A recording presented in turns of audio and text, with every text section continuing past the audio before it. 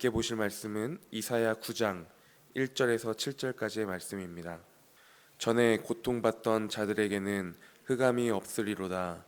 옛적에는 여호와께서 스불론 땅과 납달리 땅이 멸시를 당하게 하셨더니 후에는 해변길과 요단 저쪽 이방의 갈릴리를 영화롭게 하셨느니라. 흑암에 행하던 백성이 큰 빛을 보고 사망의 그늘질 땅에 거주하던 자에게 빛이 비추도다. 주께서 이 나라를 창성하게 하시며 그 즐거움을 더하게 하셨으므로 추수하는 즐거움과 탈취물을 나눌 때의 즐거움 같이 그들이 주 앞에서 즐거워하오니 이는 그들이 무겁게 맨 멍에와 그들의 어깨의 채찍과 그 압제자의 막대기를 주께서 꺾으시되 미디안의 날과 같이 하셨음이니이다. 어지러이 싸우는 군인들의 신과 피 묻은 겉옷이 불의 솥같이 살라지리니 이는 한 아기가 우리에게 낳고 한 아들을 우리에게 주신 바 되었는데 그의 어깨에는 정사를 메었고 그의 이름은 기묘자라 모사라 전능하신 하나님이라 영존하시는 아버지시라 평강의 왕이라 할 것임이라. 그 정사가 평강의 더함이 무궁하며 또 다윗의 왕자와 그의 나라에 군림하여 그 나라를 굳게 세우고 지금 이후로 영원히 정의와 공의로 그것을 보존하실 것이라. 만군의 여호와의 열심히 이를 이루시리라. 아멘. 하나님이 구원을 이루시는 새로운 날의 도래를 알리고 있습니다. 오늘 본문에서 이사야는 하나님을 섬기고 그분의 율법과 증거의 말씀을 따르는 것만이 그들의 위기 가운데서 구원을 받을 수 있다는 것을 증거하고 있습니다.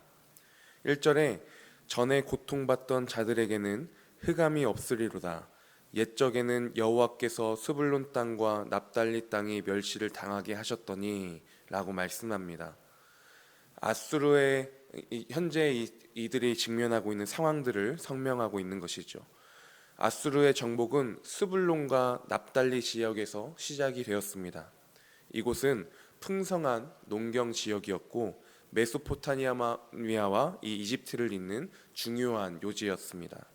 그렇기 때문에 왜 이곳이 이 아수르에 의해서 정복 대상의 1순위가 되었는지를 알 수 있습니다. 이렇게 스불론, 납달리 그리고 이방의 갈릴리는 북이스라엘이 아수르와의 전쟁에서 처음으로 빼앗긴 곳입니다. 그렇지만 말씀하시는 것이 무엇입니까? 1절 후반부에 후에는 해변길과 요단 저쪽 이방의 갈릴리를 영화롭게 하셨느니라. 심판의 대상이었던 이들이 때가 되면 영화롭게 될 것이다 라고 말씀하시는 것이지요. 그리고 그들이 2절에 흑암에 행하던 백성이 큰 빛을 보고 사망의 그늘진 땅에 거주하던 자에게 빛이 비추도다 라고 말씀합니다. 더 이상 흑암이 아니라 큰 빛을 보고 그들 가운데 또한 그 빛이 비추어진다 라고 말씀합니다. 그리고 더 나아가서 3절에 그들에게 창성하게 하시고 즐거움을 더하여 주신다 라고 약속하십니다. 어떤 즐거움을 말합니까? 추수하는 즐거움과 탈취물을 나눌 때의 즐거움이라고 말씀하고 있죠. 추수하는 즐거움과 탈취물을 나눌 때의 즐거움처럼 그분 앞에서 즐거워한다라는 것입니다. 한 해 동안 애써서 수고하고 땀 흘린 후에 풍성한 수확을 거둘 때의 그 기쁨, 그리고 죽음의 위험을 이겨내고 전쟁에서 승리한 후에 그 전리품을 나눌 때의 그 기쁨, 그와 같이 여호와의 구원을 기뻐한다라는 것이지요. 4절에서 7절은 이러한 기쁨과 감사의 이유를 구체적으로 보여주고 있습니다. 무엇입니까? 4절에 이는 그들이 무겁게 맨 멍에와 그들의 어깨의 채찍과 그 압제자의 막대기를 주께서 꺾으시되 미디안의 날과 같이 하셨음이니이다. 아멘. 이방 민족의 압제에서의 해방으로 기뻐하는 것이죠. 이방의 탄압과 폭력 가운데 신음하며 고통당하는 백성을 해방시키는 것입니다. 그리고 5절에는 전쟁에서의 승리 때문에 기뻐하는 것을 보여줍니다.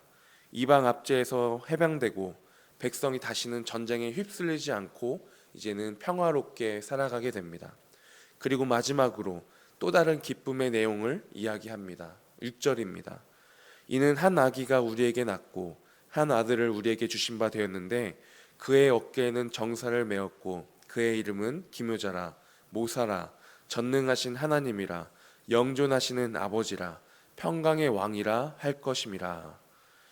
한 왕적 인물의 출생을 보여주고 있습니다.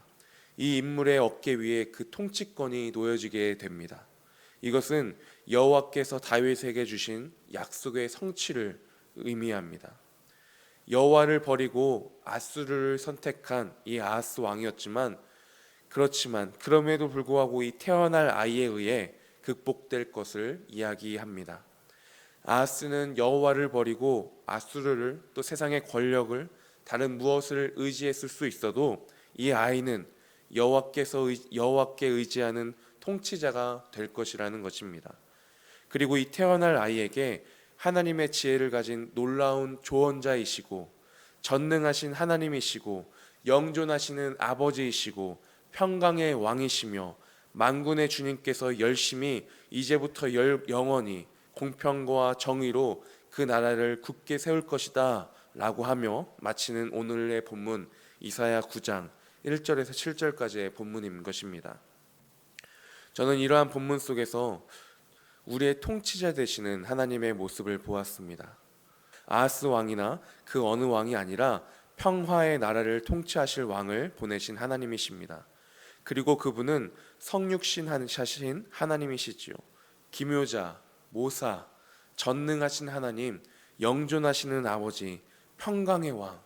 이러한 칭호는요, 다른 인간이, 다른 왕이 받을 수 있는 칭호가 아니라 오직 하나님만 받으실 수 있는 칭호이고, 오늘 본문에서의 이 아이가 이들을 그리고 우리들을 구원하시고자 이 땅에 인간의 몸으로 오신 하나님이신 것을 나타내고 있습니다. 그렇게 태어난 한 아이가 있고 그가 다스릴 것이다 라고 하는 선포 가운데 이 유다 백성들이 나아가야 할 방향은 분명한 것이죠.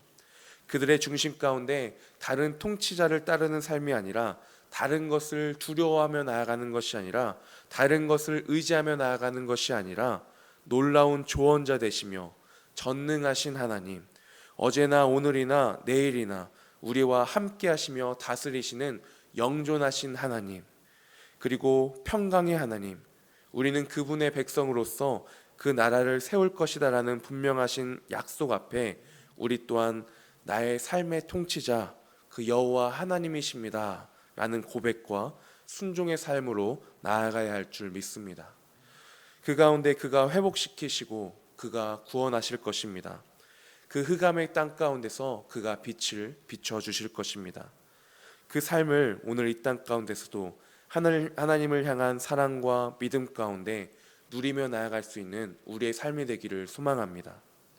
그리고 그의 이러한 다스림은 만군의 여호와의 열심으로 성취될 것입니다.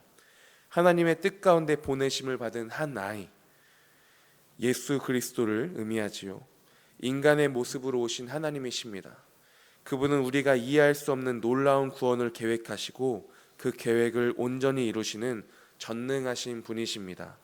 그리고 영원토록 우리를 돌보시는 하나님이시고, 그분이 오셨을 때 우리에게 평화가 오게 됩니다. 우리가 만든 흑암을 거두시고 영화롭게 하시는 우리의 통치자 되시는 하나님, 우리를 좋은 길로, 선한 길로 인도하시는 하나님이시라는 것이죠. 예수님을 보내셔서 흑암 가운데 있는 우리가 흑암에서 벗어나 빛을 보고 찬송하게 하시며 즐거움을 얻게 하셨습니다. 그리고 그분만이 우리의 삶의 왕이 되십니다.